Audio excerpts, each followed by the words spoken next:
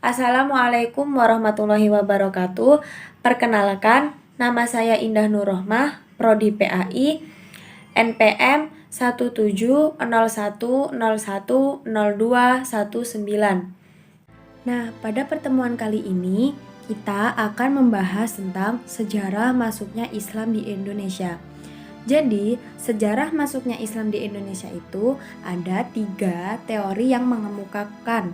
Yang pertama yaitu teori Mekah, yang kedua yaitu Al-Hujurat, dan yang ketiga yaitu teori Persia. Yang mana dari ketiga teori tersebut itu memiliki perspektifnya masing-masing.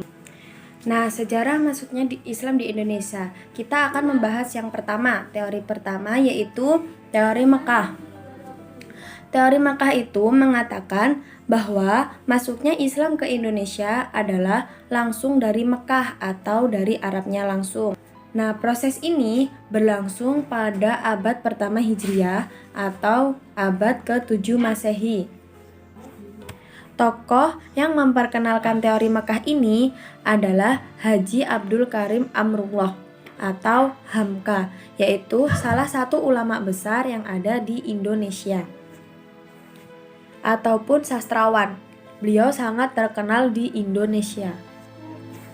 Hamka mengemukakan pendapatnya ini pada tahun ke-1958. Nah, menurutnya motivasi awal kedatangan orang Arab itu tidak dilandasi oleh nilai-nilai ekonomi, melainkan didorong oleh motivasi spirit penyebaran agama Islam di Indonesia.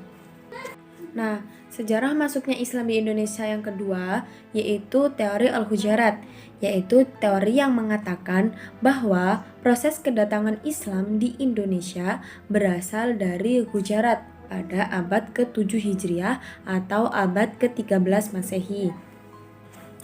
Nah, Hujurat ini sendiri itu terletak pada India bagian barat yang mana berdekatan dengan Laut Arab.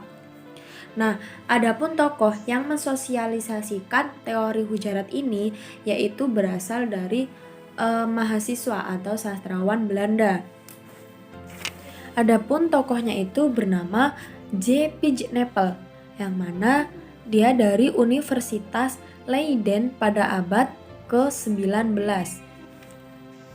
Namun, menurut Biji Nepel tersebut bahwa masuknya Islam ke Indonesia itu bukan dibawa dari orang Arab, melainkan dari para pedagang Al-Hujurat.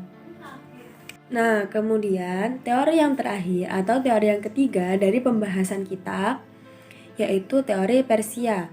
Teori Persia itu mengatakan bahwa proses kedatangan Islam ke Indonesia itu berasal dari daerah Persia atau Persi, yaitu kini Iran atau kini Iran. Pencetus dari teori ini adalah Hosin Djadjadiningrat, yaitu sejarawan dari Banten. Nah, Hosin itu menitik beratkan pada analisisnya, yaitu yang mana pada kesamaan budaya dan tradisi yang berkembang di Persia dengan Indonesia.